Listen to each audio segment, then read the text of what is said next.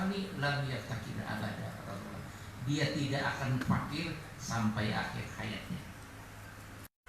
Alhamdulillah kita rezeki selalu ada aja, disyukuri yang ada, yang belum ada akan datang. Rasulullah pernah menyampaikan barang siapa bersalawat kepada Allah sampai alfan, alfannya adalah 1000 kali, 1000 kali itu bersalawat. Zahama katifi katifahu yaumil qiyamah. Satu taraf dengan Rasulullah mendapat kedudukan yang tinggi adalah Rasulullah SAW, para sahabat, baru ini umat-umatnya. Orang yang bersalawat sampai 1000 kali itu Allah SWT dalam surga berdempetan dengan bahu Rasulullah SAW. Jikalau baca sholawat, karena kita banyak juga guru-guru kita yang memberikan kepada kita amalan-amalan, kan bukan hanya sholawat saja, ada istighfar, ada ini tahlil, kalimat zikir la ilaha illallah, la ilaha illallah. Ada juga istighfar, astagfirullahaladzim, astagfirullahaladzim, yang panjang untuk kita tadi, astagfirullahaladzim li wali walidayya wa li ashabil huquqil wajibati alayya wa li jami'il muslimin, dan seterusnya. Saya pernah membaca di dalam kitab itu, barang siapa istighfar dalam sehari semalam itu hanya 27 kali, tapi sholawatnya astagfirullahaladzim li walil mu'minin wal mu'minat, astagfirullahaladzim lil mu'minin wal mu'minat. Apabila kita sudah mengucapkan astagfirullahaladzim, ya Allah ampunilah dosa-dosaku yang besar, yang kecil, sengaja tak sengaja, baru kita lil mu'minin wal mu'minat, ya Allah ampunilah tetanggaku kiri kanan mukmin mukminat. Orang yang istighfar 27 kali sehari semalam mengucapkan kalimat itu, maka tetangganya akan senang dengan dia. Banyak orang yang tetangga itu kan selalu buang muka, itu tidak ada kedamaian di masyarakat. Nah, jadi Rasulullah memberikan tuntunan kepada kita, apabila tetangga kita itu senang dengan kita, maka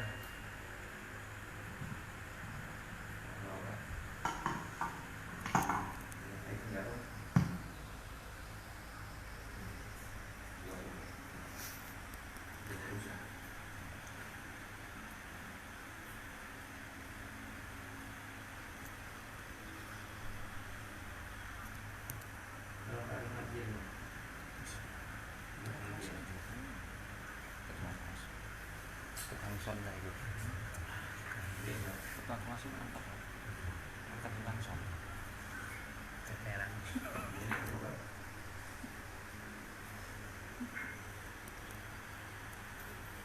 Jadi kata spin ada urusan.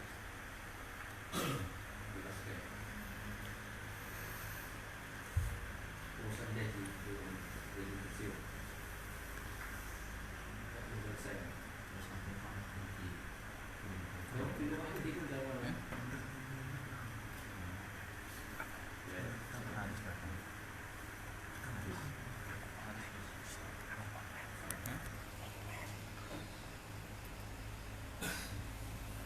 Ucapkan astagfirullahaladzim lil mu'minin wal mu'minat, itu ada batasannya, 27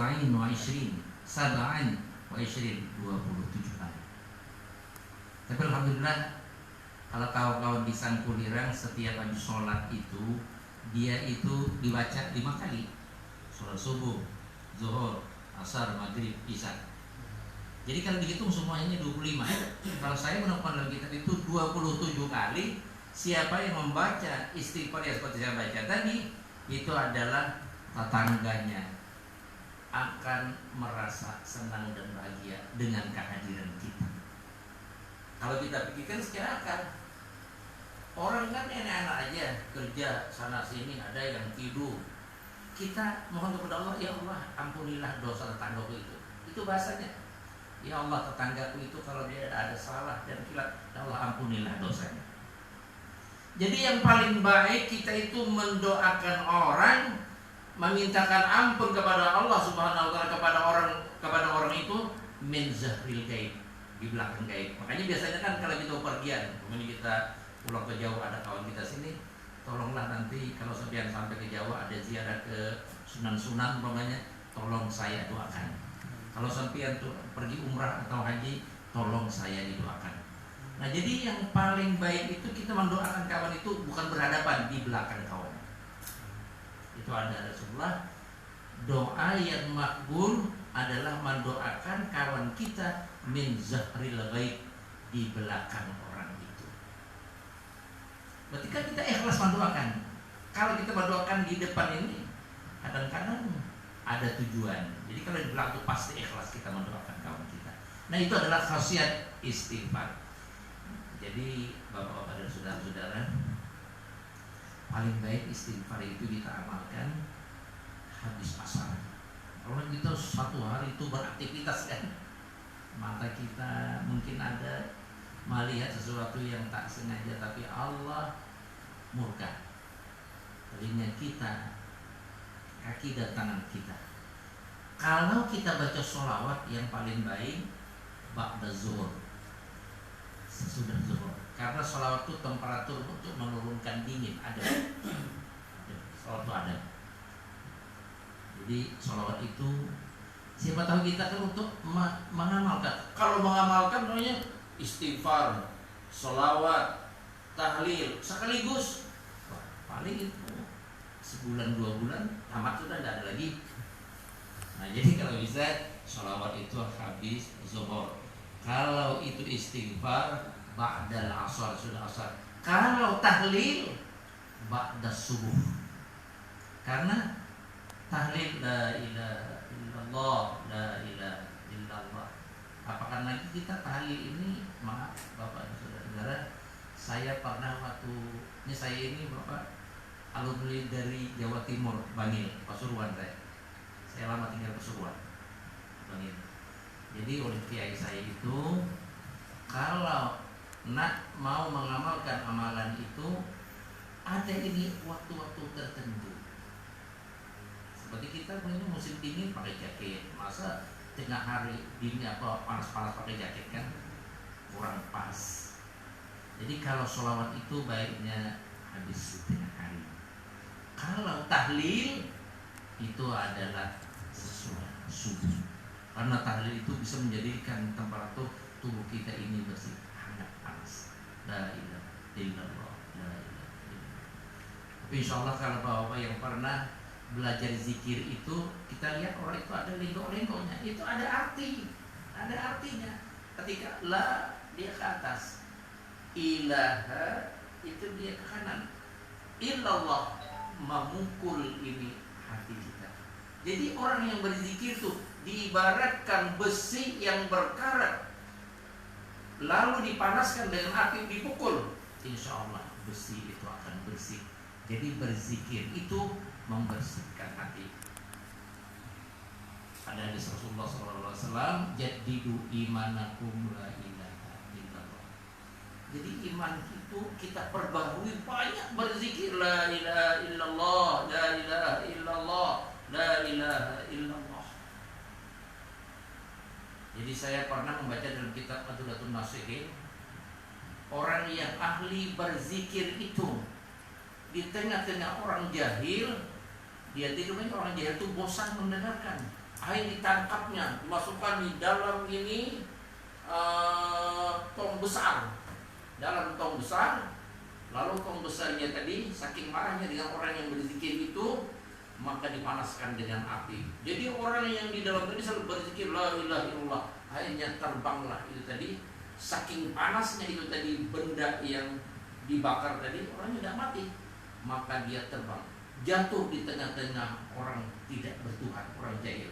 Mendengar kalimat itu, la ilaha illallah, la ilaha illallah, la ilaha illallah. Akhirnya satu kampung itu beriman mendengar kalimat itu. Hebatnya kalimat la ilaha illallah. Jadi kalimat la ilaha berzikir itu kalau bisa habis sholat subuh. Jadi itu adalah tentang berzikir. Insyaallah malam hari ini sedikit saya menyampaikan, mudah-mudahan ada manfaatnya. Amin. Nah, sebelum saya melanjutkan, mungkin sudah sebagian kecil yang mengenal saya. Memang apa yang dikatakan oleh Ustaz Roni tadi, memang saya ini adalah guru dia waktu di MTS dan Alia adalah saya gurunya. Saya datang di Kalimantan Timur, walaupun saya lahir di Kalimantan Selatan, itu tahun 80-an. Jadi tahun 80-an itu saya selesai di Bangil Pasuruan selama 6 tahun sekolah dasar di Kalimantan Selatan, Martapura namanya, yang terkenal kan ini guru ijai atau guru sekumpul. Zaman saya sekolah tuh belum ada yang namanya sekumpul, belum ada. Guru ijai itu tinggal di Karaton, di depan pasar Martapura. Itu kampung beliau, orang tua bapak dan mama beliau. Jadi dia tuh pindah ke sekumpul itu sekitar tahun setelah saya, sebelum saya ke Bangil itu tahun 75, 76, sekitar tahun 77. Nah, jadi alhamdulillah guru ijazah itu guru saya selama 8 tahun. Saya berguru dengan beliau, masih tinggal di Karaton, belum ada namanya sekumpul, yaitu guru ijazah itu. Jadi saya formalnya ibtidaiyah, sanawiyah, aliyah, lalu pesantren di Pasuruan. Jadi alhamdulillah ilmu itu adalah yahrusukah, kata Rasulullah. Ilmu itu bisa menjaga diri kita. Jadi ilmu yang kita cari, kita miliki itu, dia adalah bisa jadi satpam dengan diri kita. Tapi wal mal tarusuk, kata Rasulullah. Kalau engkau banyak punya harta, malah harta itu dijagai. Jadi makanya Nabi Sulaiman alaihissalam, "Hei Sulaiman," kata Allah, "pilih engkau. Apakah engkau memilih harta atau memilih ilmu?" Fakhtaral ilma. Nabi Sulaiman memilih ilmu. Ternyata orang yang berilmu itu, maka harta itu adalah dia mengikuti. Harta itu mengikuti. Mungkin bapak-bapak yang kita melihat pejabat atau kawan-kawan kita di Tenggarong, pasti semua itu orang berilmu. Dengan berilmu itulah maka harta, rezeki selalu datang dengan sebab ilmu. Nah, jadi di sini saya menyampaikan, insya Allah pada malam hari ini, tadi saya sudah tahun 80-an, sekarang tahun 2021, 41 tahun sudah tinggal di Kalimantan Timur ini. Dan umur sampai hari ini 67 tahun umur saya. Alhamdulillah dari Sengkulirang, besok kalau saya pulang lagi pulang ke Sengkulirang, alhamdulillah masih bisa bawa mobil sendiri. Ini Allah luar biasa berikan pada saya. Jadi itu adalah kita banyak bersyukur. Lain syakartum azidannakum wa la in kafartum inna azabi lasyadid. Itu dasar kita. Syukurilah yang ada, Allah akan mana-mana lagi. Dan lagi ini di majelis taklim ini perlu saya sampaikan, manamila bima alima, kita belajar sekalipun hanya satu alif, hanya satu kita mendapatnya ilmu tajwid. Ini hukumnya adalah hukumnya idgham, bacaan berdengung.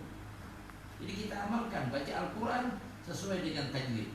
Man amila bima amila, siapa yang mau mengamalkan ilmu yang dia belajar, dia dapat lalu diamalkan. Allamahullah ilma ma lam ya'lam.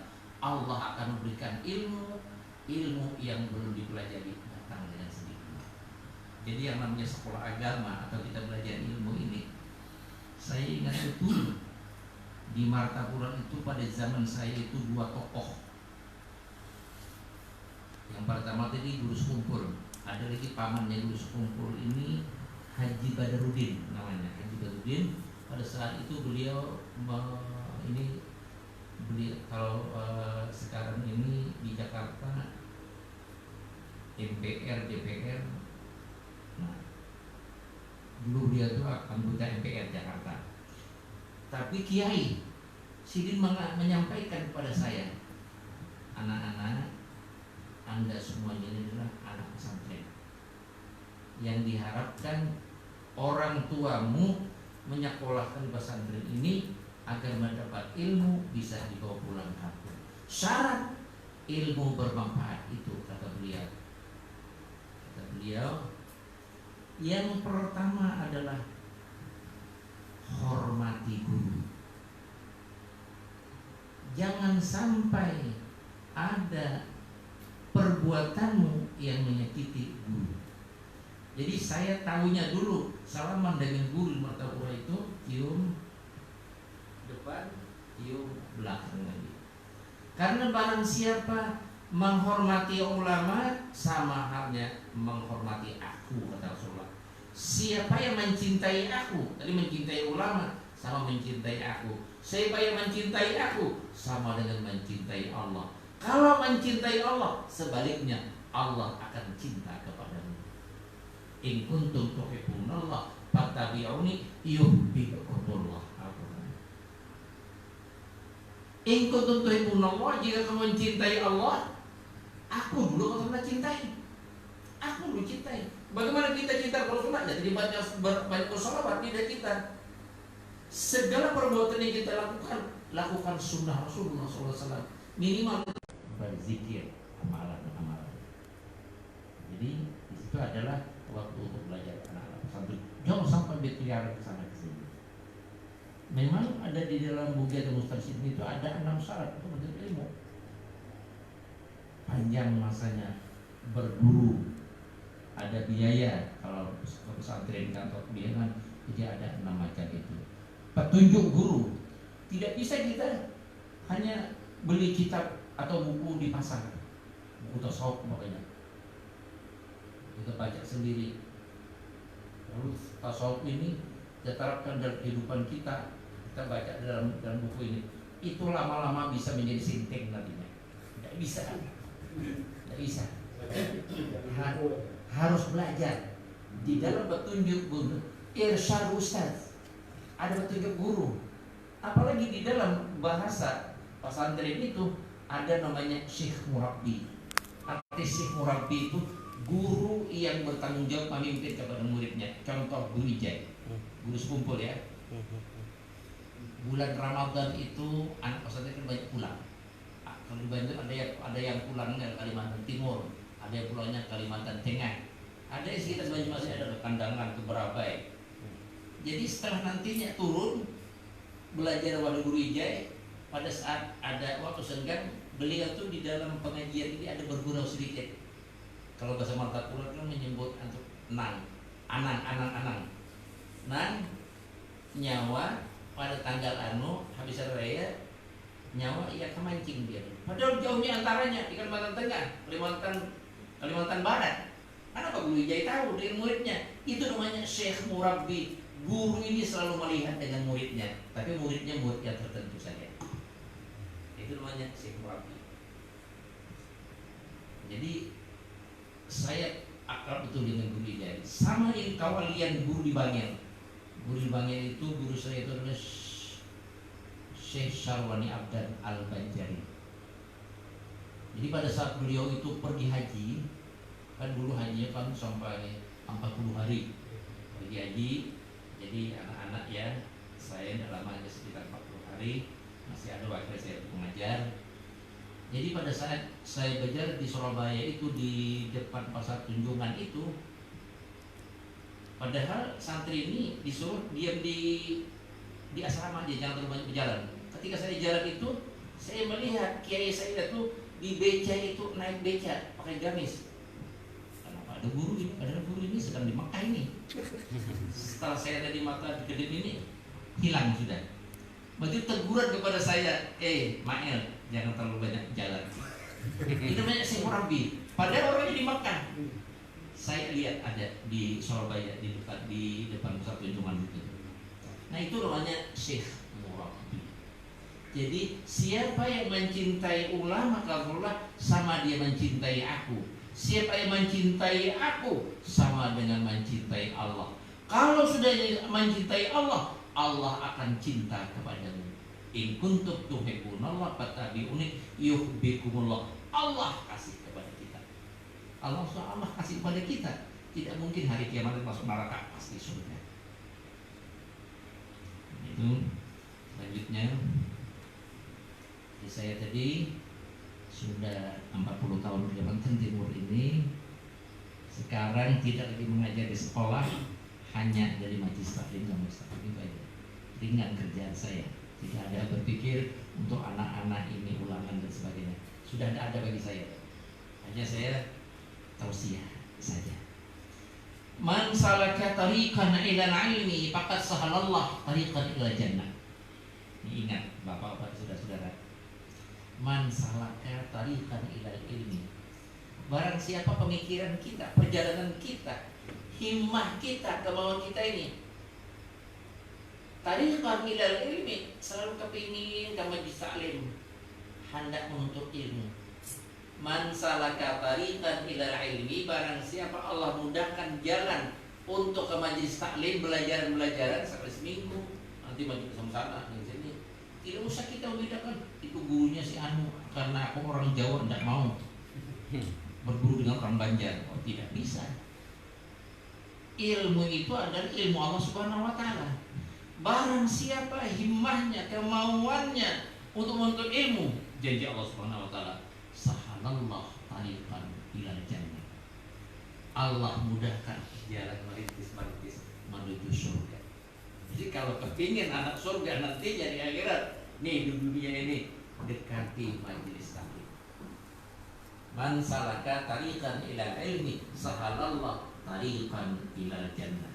Siapa yang Allah mudahkan untuk menuntut ilmu, maka Allah mudahkan jalan menuju surga.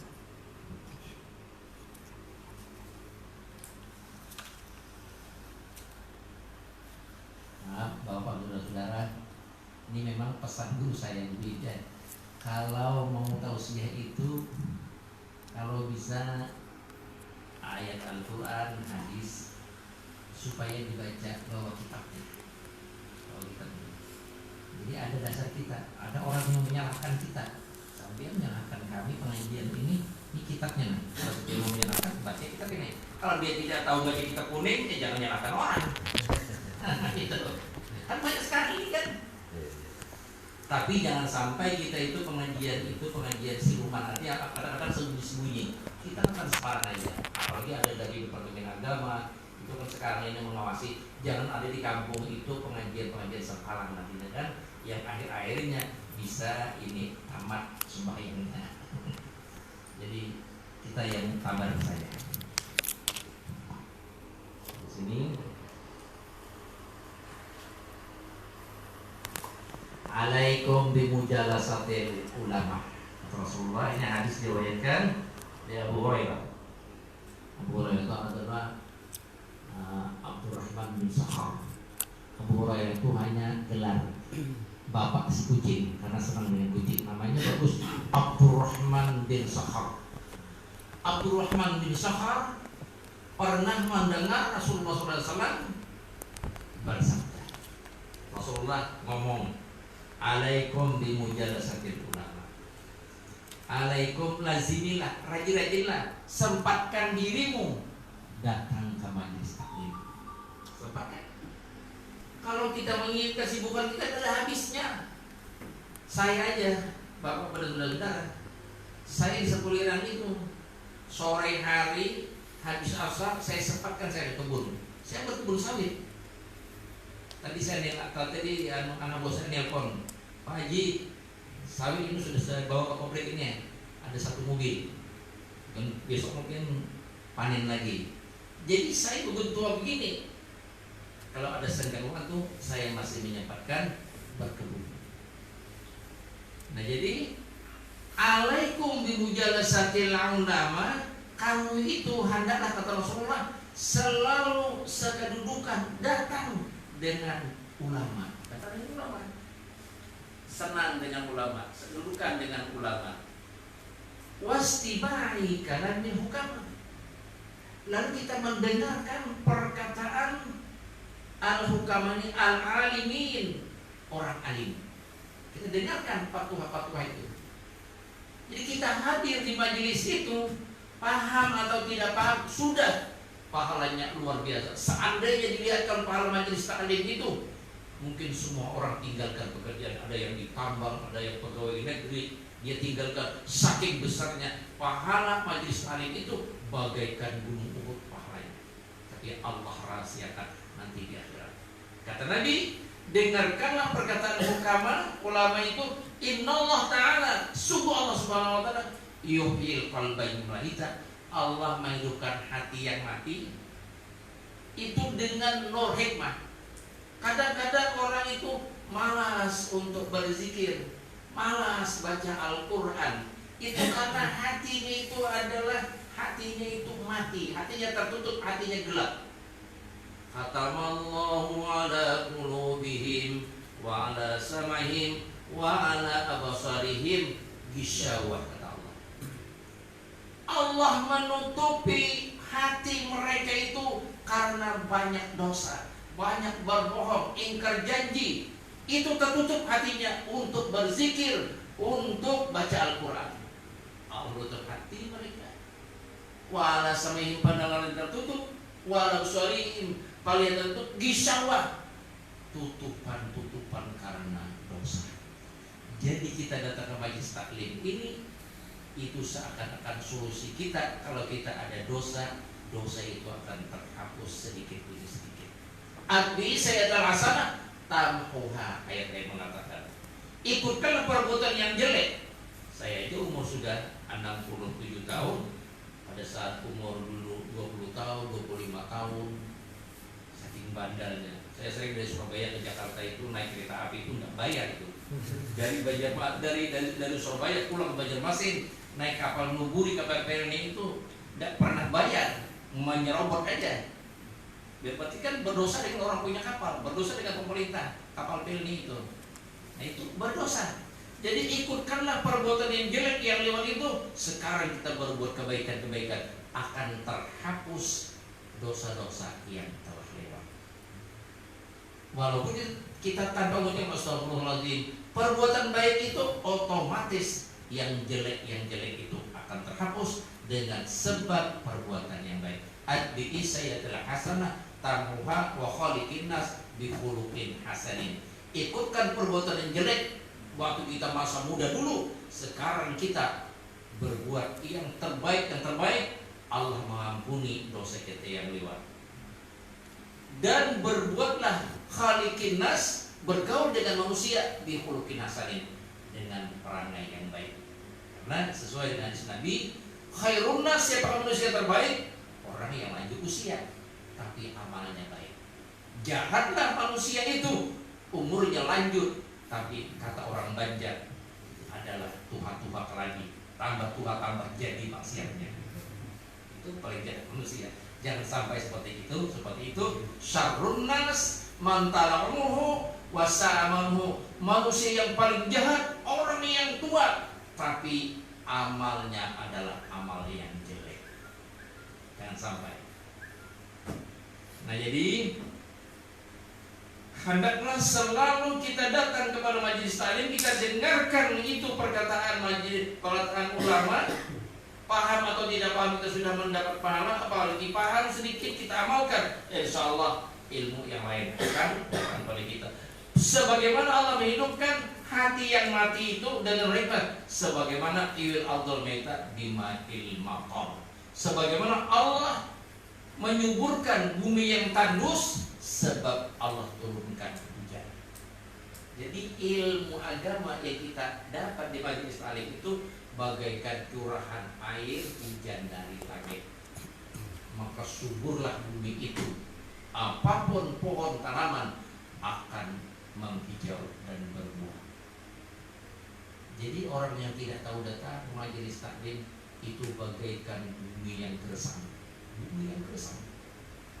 Makanya kadang-kadang hantam kromo, halal, haram, sesuai dilakukan.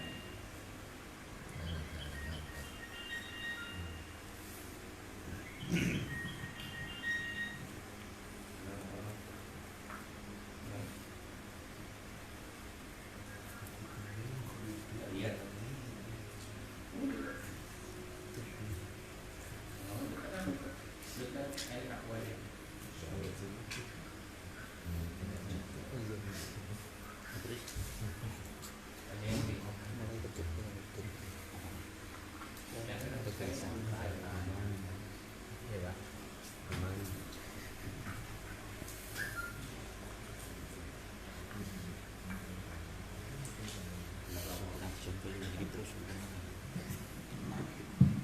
Jadi ilmu agama itu bagaikan siraman air hujan pada saat bumi itu tandus akan subur. Jadi orang itu sekalipun hati itu gelap pada saat dia muda, kalau kita sadar berhidayah, kita selalu belajar bagaikan siraman air hujan pada saat bumi yang tandus, pasti dia akan subur. Ini mungkin saya tidak panjang menyampaikan, sedikit lagi perlu saya tekankan kepada Bapak Ibu Saudara.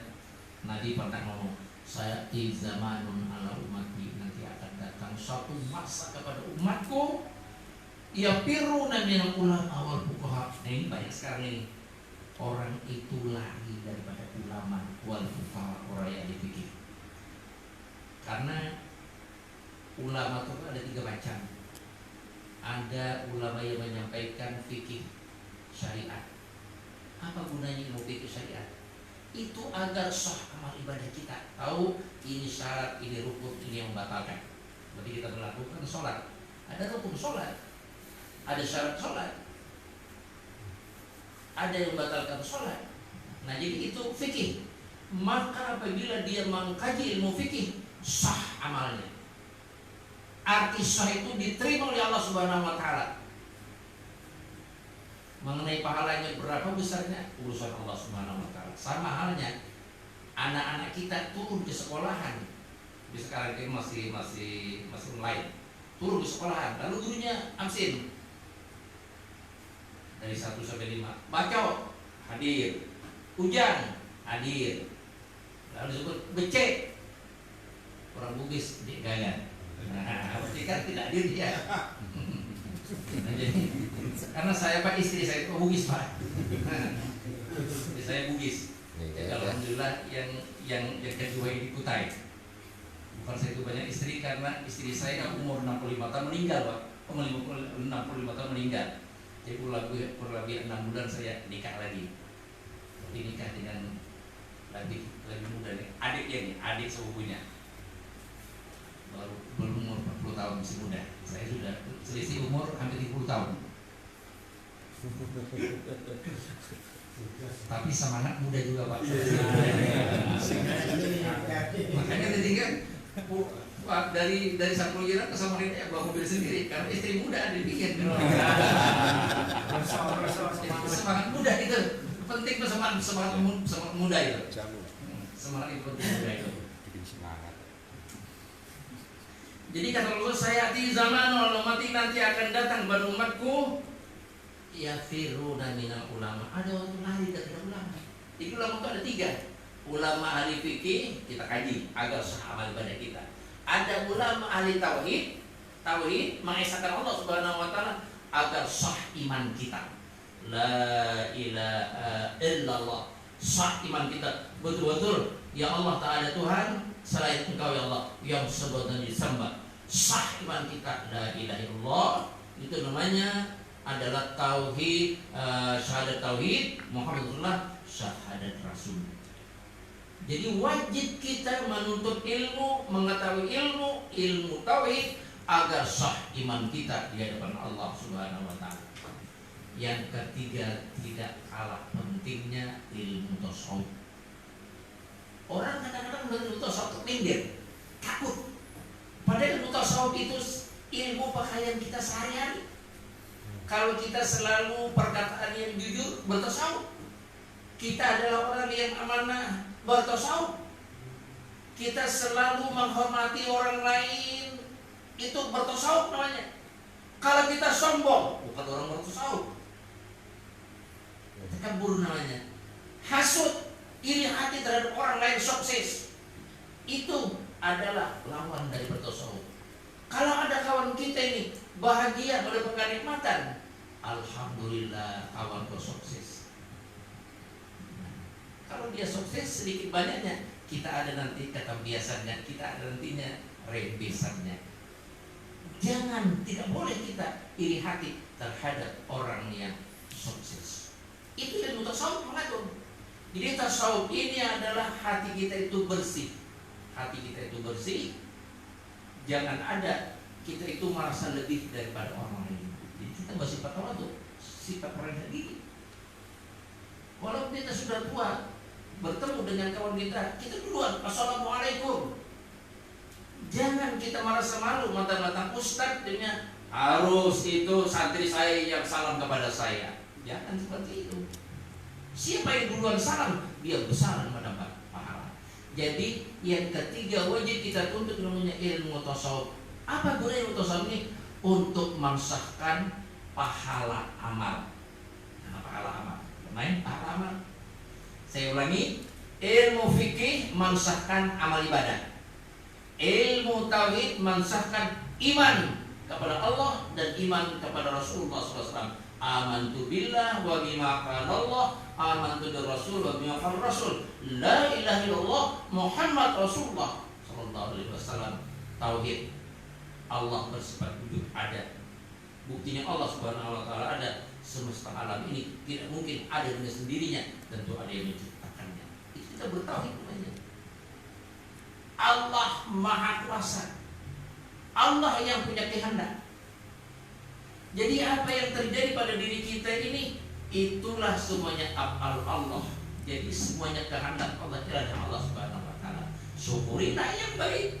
Kalau terjadi kepada kita yang tidak baik, banyak-banyak istighfar kepada Allah, pelajaran kepada kita. Jadi ilmu tasawuf mensahkan pahala amal. Contoh dalam Al-Quran, la tubtilu sadaqatikum bil manni wal adha. Firman Allah, kata Allah, la tubtilu, manusia, hamba, la tubtilu, jangan kamu batalkan, jangan kamu rusak sadaqatikum, pahala sedekahmu, bil manni wal adha, dengan menyebut-nyebut dan menyakiti. Kita banyak punya uang karena dapat garapan batu bara. Buat dalam amplop, tebal amplopnya. Panitia masjid ya. Ini aku nih, berimpak masjid nih. Ustaz kalau masjid ini kan. Kalau aku buat cilingan ini nama lubangnya kecil.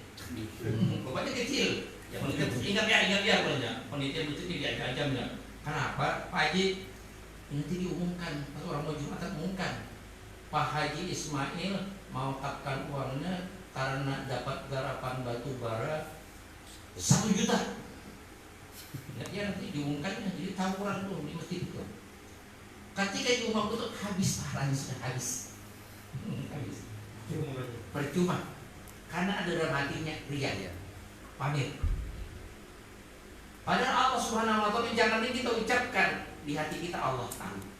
Jadi kata Allah, jangan engkau batalkan para sedekahmu itu bil manni wal adza, pamer, disebut-sebut wal adza, menyakiti. Contoh menyakiti bagaimana? Umpamanya ini, Ustaz Roni datang ke saya, Haji, saya minta bantu, berkata susah, saya minta bantu. Ya, saya bantu sebulan 2 bulan, sekali datang lagi.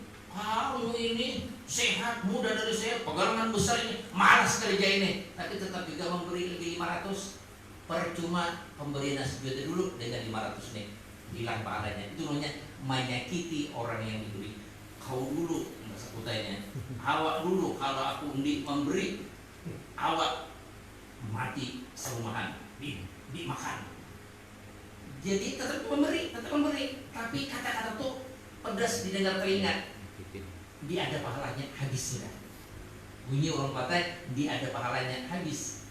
Karena Al-Quran, jangan kamu hilangkan pahala sedekahmu itu dengan menyebut-nyebut dan menyakiti kepada orang yang diberi. Nah inilah hukum dalam bahasa tasawuf. Itu kalau kita tidak ikhlas, malah pamer, malah menyakiti orang yang pernah kita bantu, hilang pahalanya. Jadi tasawuf itu agar pahala amal itu menjadi tabungan kita di akhirat nanti. Contoh di dalam sholat yang kita kerjakan setiap hari. Tadi sholat itu pasti tiga ilmu nih, yang 3 serangkai ini. Orang sholat itu ada ilmu syariatnya, ada ilmu tarikatnya, ada ilmu hakikatnya. Orang yang sholat itu syariatnya, ilmu fikih. Ada rukunnya, berdiri, ada bacaan, dari takbir sampai kepada salam. Itu namanya adalah syariat. Hakikatnya, ya Allah ya Tuhanku, hambamu ini iyyaka na'budu wa iyyaka nasta'in. Aku beribadah nih hanya ya Allah karena perintahmu ya Allah, maka aku sholat. Jadi agar kita ikhlas beribadah itu hanya gampang. Orang pikir gampang. Dalam bahasa orang sini julat. Sebenarnya kenapa? Capek-capeknya mau sholat tengah malam, sholat subuh dingin-dingin. Aku sholat tengah malam, aku sholat subuh, aku pergi sholat Jumat. Ya aku lakukan karena Allah menyuruh aku. Selesai sudah, ikhlas dulu. Ikhlas itu gampang. Yang kita lakukan itu dalam hati kita, ya Allah, iya karena aku demi pengabdianku kepadamu ya Allah, karena Engkau yang menyuruh. Itu ikhlasnya mendapat 50%, 60%. Tidak ikhlas beribadah 0. Nanti turun di sekolahan, ujian hadir, baca hadir, diberi oleh guru di tugas, satu pun tidak ada bisa menjawab. Adakah guru bisa memberikan nilai? Tidak ada. Padahal hadir dia, sholat dia. Tapi dalam sholatnya, hatinya, pikirannya ngalur ngidul. Hanya lepas kewajiban, tapi nilai pahala tidak ada. Rugi kita. Makanya ilmu tasawuf wajib kita tuntut. Tauhid mensahkan iman kita. Tasawuf agar pahala amal itu jangan hilang.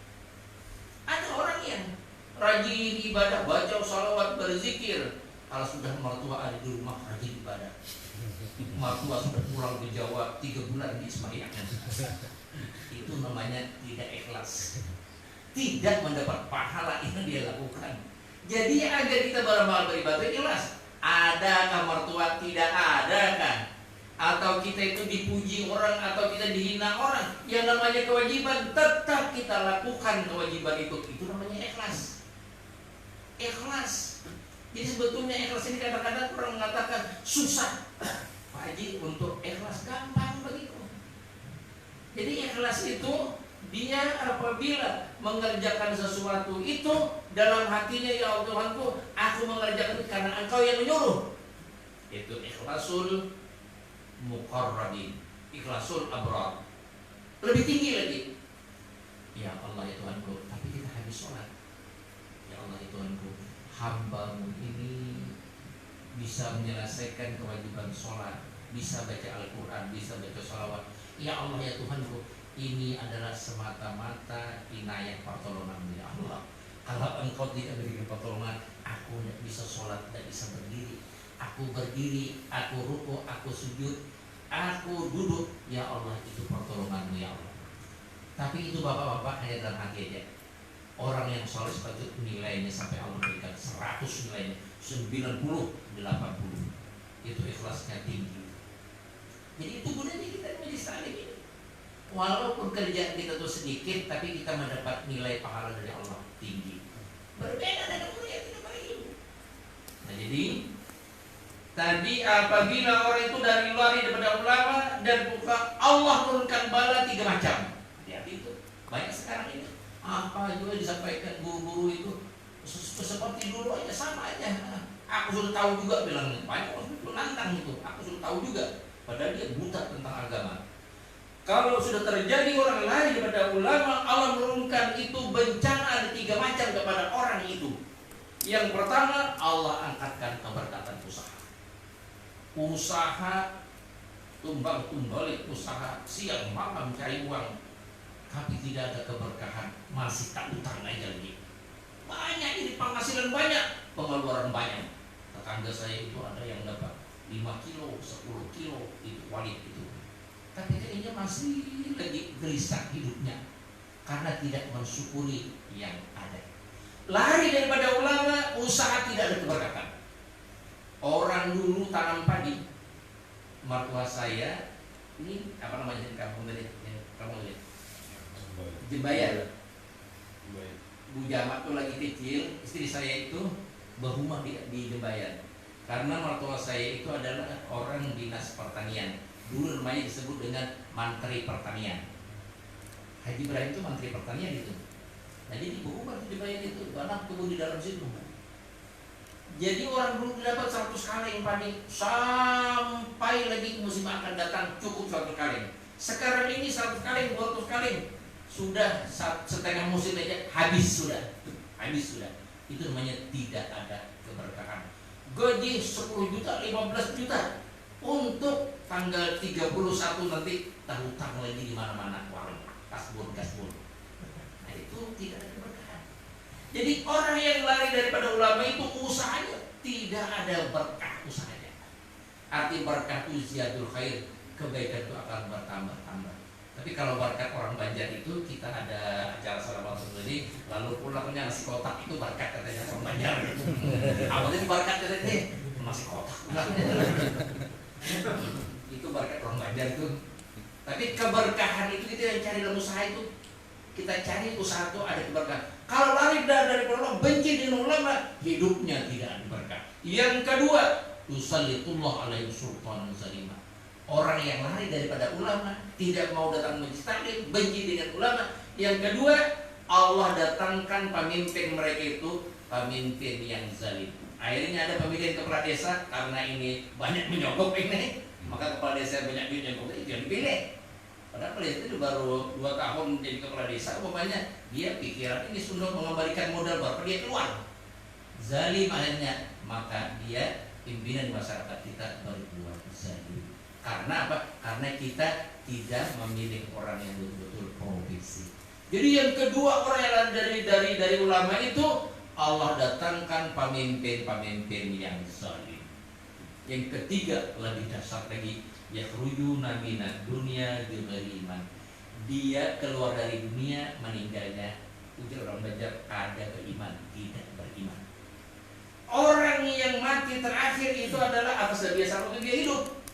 Kalau bapak punya waktu hidup bertemu dengan kawan, assalamualaikum, mendapat nikmat alhamdulillah, ketika salah astagfirullah, ada mendengar kawan kita dapat musibah innalillah wa inna ilaihi rajiun, kita selalu lidah kita la ilaha illallah astagfirullah, kita udah biasaan. Kalau dia mau meninggal dunia, otomatis dia bisa mengucapkan la ilaha illallah astagfirullahaladzim la ilallah, otomatis. Karena waktu hidupnya ucapan thayyibah itu terbiasa. Kalau waktu sehat ini, kalau orang Banjar, orang Banjar ini atau orang Kutai, kalau orang Kutai itu sedikit bilang lagi itu gimana bilang. Ini itu kan jelek ucapannya kan. Ucap orang Banjar ini bangsat bilangnya. Kalau dia mau mati nanti, kai mbah nek dari pesantren maaf cucunya nih, jika ingat nek. Tapi kalau simbahnya tadi oleh jenco bilangnya, mau mati ya jenco itu yang keluar, tidak ada la ilaha illallah. Jadi matal maru ala mana saleh kata Nabi, meninggalnya seorang itu atas dasar waktu dia hidup. Jadi kita biasakan untuk hidup ini yang baik-baik lah kita ucapkan. Insya Allah waktu kita meninggal nanti, insya Allah kita bisa mengucapkan kalimat thayyibah, kalimat yang baik, la ilaha illallah. Siapa yang akhir hayatnya la ilaha illallah, Rasulullah dakhal jannah, pasti masuk surga. Kalau ada protes sahabat, ya Rasulullah, ujar sampian, siapa yang di akhir hayatnya mengucapkan la ilaha illallah masuk surga, padahal dia dulu preman itu. Bagaimana? Ya Rasulullah, kata Allah tetap masuk surga, tapi karena ada dosanya, yang masuk neraka dulu. Neraka dulu. Kan dosanya iya, pasti dia masuk surga.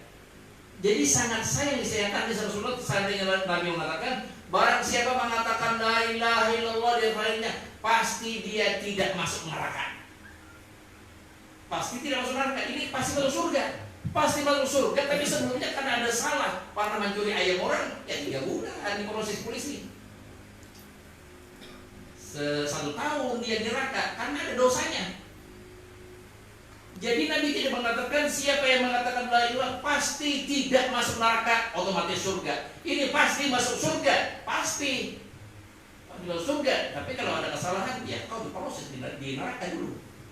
Nah jadi makanya kita kalimat la ilaha illallah ini kita ucapkan mulai kita hidup ini biasa berzikir la ilaha illallah, perkumpulan la ilaha astagfirullahaladzim li walidayya.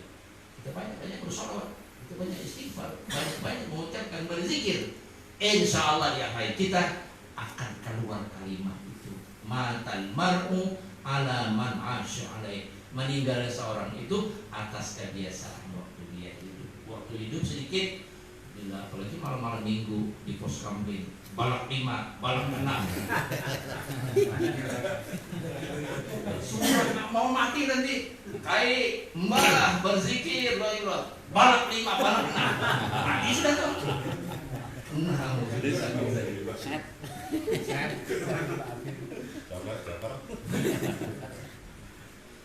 Karena itu hadis Nabi pasti dari kata itu, meninggalnya seseorang atas kebiasaan waktu dia hidup. Nah, jadi kita dengan kawan assalamualaikum, salaman, nanti kata-kata yang baik, insya Allah kita menjadi orang yang baik. Jadi ini mungkin perkenalan malam hari ini, mudah-mudahan diberi kesempatan. Nah, kita bisa bertemu lagi. Semoga apa yang saya sampaikan walaupun sedikit, karena ilmu itu adalah yang suka menjaga kita, ya, menurun. Ilmu itu adalah cahaya. Karena ilmu itu salah satu sifat Allah. Allah bersifat al-ilmu, punya ilmu. Yang ada pada diri kita ini itu hanya titipan Allah. Ilmu itu titipan Allah. Titipan Allah itu Allah menitipkan kepada kita agar ilmu itu bisa kita amalkan sesuai dengan aturan sunnah Rasulullah, aturan yang Allah sudah buat. Karena aturan Allah dan Rasulnya itu baku sudah dari turun Al-Quran sampai kiamat tidak akan berubah. Itu adalah aturan Allah dan Rasulnya. Berbeda dengan aturan pemerintah kita, lain presidennya, lain kebijakannya, lain kepala desa, lain lurahnya, lain lagi kebijakan. Tapi namun aturan Allah dalam Al-Quran mulai turun iqra bismi rabbikal ladzi khalaq sampai hari kiamat nanti, Al-Quran hanya 2 macam, basyiran wa naziran. Berita gembira orang yang taat surga, berita ancaman orang yang maksiat neraka. Ini Al-Quran itu yang 30 juz itu intinya hanya 2 saja, basyiran wa naziran. Kabar berita gembira orang yang taat surga, berita ancaman orang yang maksiat neraka. Jadi intinya Al-Quran hanya 2 saja. Makanya Al-Quran itu bisa untuk menjawab apa-apa yang terjadi Rasulullah. Makanya turunnya sekali, turunnya 20 selama 23 tahun Al-Quran di Makkah, Madinah. Beda dengan Injil, Taurat, Zabur, blak sekaligus satu khatam. Taurat satu khatam, Injil. Al-Quran tidak, 23 tahun lamanya. Jadi Al-Quran bisa menjawab tantangan dari Allah Subhanahu wa Ta'ala. Kalau ada orang mendustakan Rasulullah, ayat turunkan begini Al-Quran. Mudah-mudahan Al-Quran menjadi hudan petunjuk bagi kita.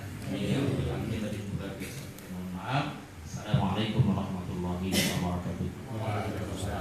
Bismillahirrahmanirrahim. Alhamdulillahirabbil alamin. Wassalatu wassalamu ala asyrafil mursalin sayyidina wa nabiyina Muhammadin wa ala alihi washabihi ajmain. Allahumma anfa'na bima 'allamtana wa zidna ilman nafi'an wasi' 'alana fima razaqtana wa ja'alna mahbuban fi kulli badin. Rabbana taqabbal minna innaka antas samiul 'alim wa tub 'alaina innaka antat tawwabur rahim. Rabbana atina fid dunya hasanah wa fil akhirati hasanah wa qina adzabannar. Sallallahu alaihi sayyidina wa nabiyina Muhammadin wa ala alihi washabihi wasallam. Subhana rabbika rabbil izzati amma yasifun wa salamun 'alal mursalin. Alhamdulillah. Takabbalallahu minkum.